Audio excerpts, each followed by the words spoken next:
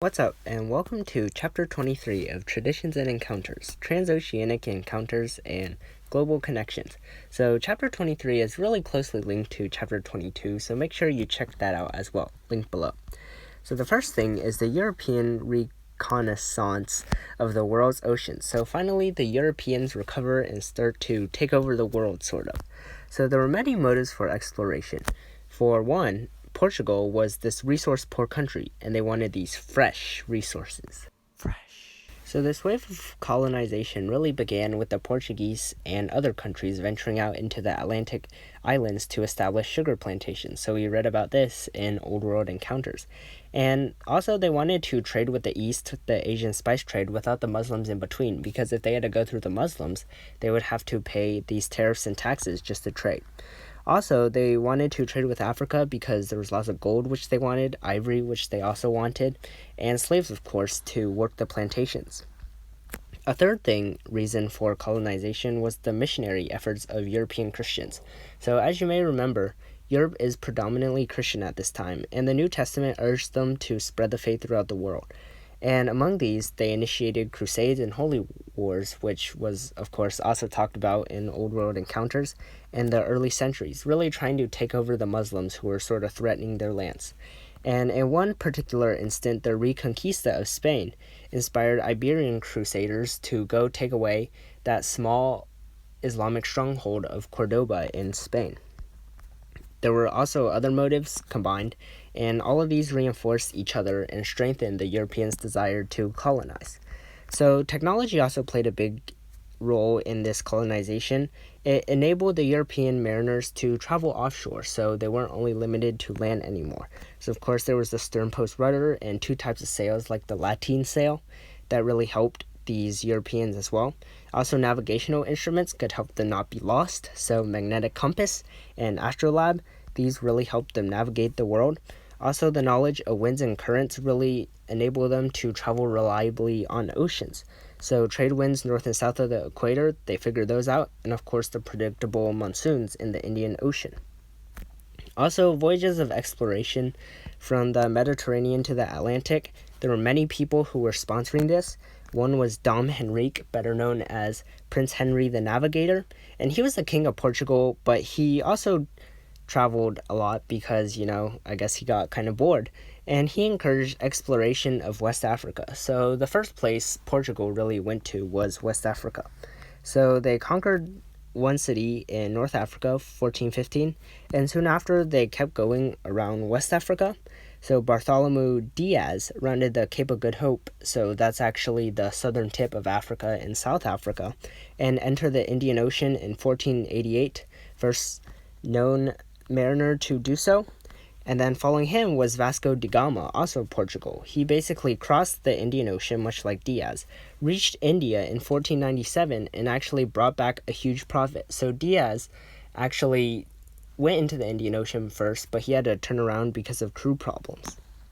So da Gama was successful by also establishing a trading post at Calicut in India in 1500. So finally, they found a way around the Muslims. Also, the famous Christopher Columbus, you can just read for yourself. But the big thing, the significance about Columbus's voyage is that it enabled other mariners to link the East and Western hemispheres and finally have this true world trade and exploration. So voyages of exploration, some were for trade, but others yet were still just for figuring out the world because people didn't know all about the world at this time. And Ferdinand Magellan, he was this Portuguese navigator in service of Spain. He's the first to circumnavigate the world, or at least his crew did. So he crossed both the Atlantic and Pacific, and finally, he got to the Philippines, but he died there, unfortunately. So he didn't totally circle the world first, but the remaining parts of his crew were able to survive and get back all the way to Spain.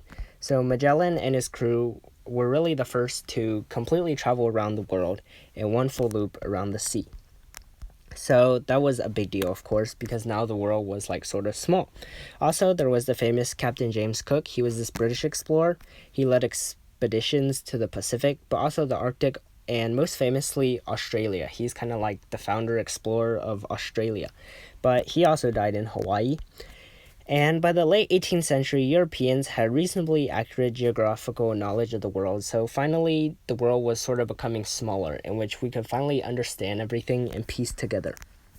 So trade and conflict in early modern Asia totally occurred. So, for example, the Portuguese, they commanded the Indian Ocean soon after reaching India, and they seized different ports and straits in the oceans and sort of managed to control trade around there. So one was Hormuz, also Malacca, that's like Indonesia today.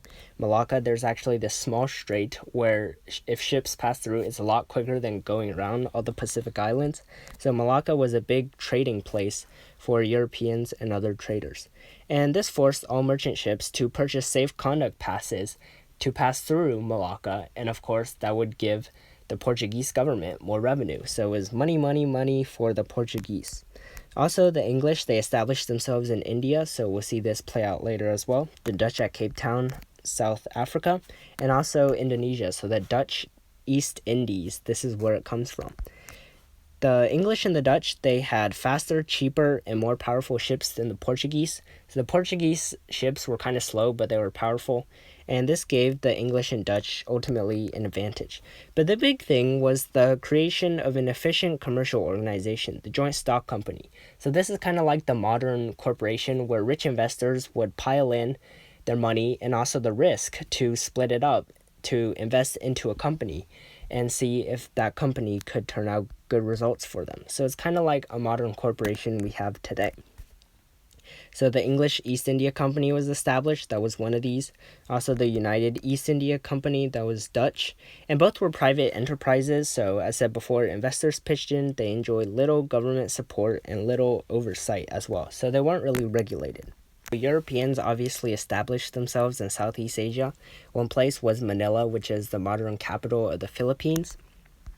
That was a big place where they spread Christianity as well. And also the Dutch conquered Java, so modern-day Indonesia. They began with the VOC Trading Company, and ultimately they were able to secure a monopoly and give lots of money to the Netherlands, who they were representing. Also, all these commercial rivalries ended in the 7 Years' War, which it was kind of like the first modern world war, although it isn't called World War I. I guess you could call it World War Zero. But basically, these different European countries started battling each other for colonization rights, control of new foreign lands. It was basically a big mess. The 7 Years' War you'll also learn more about later on, and also in U.S. history. And just a good thing to note that in North America, the French and Indian War was actually part of the 7 Years' War. And there's a lot to learn about the 7 Years' War, just no need to learn right now, I guess. Finally, there were global exchanges. So the big thing was the Columbian Exchange, biological exchanges between the old and new worlds as a result of Columbus. So there was global diffusion of so many different things, and it permanently altered the Earth's environment. So crops that were native to the Americas finally went to Eurasia and vice versa. Also, the spread of epidemic diseases, smallpox and measles, diphtheria, whooping cough, influenza, they all had a bunch of horrible effects. They decimated entire populations and villages, so like Aztecs, we'll see that in the next chapter. Also, contagious diseases, they really wiped out a lot of native peoples. Also, new foods and domestic animals, so this improved everyone's nutrition. The cross between the oceans represented these new exchanges of crops that really helped to fuel world population growth.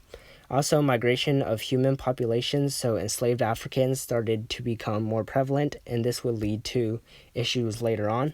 Also, Europeans would start to migrate around the world along with colonization.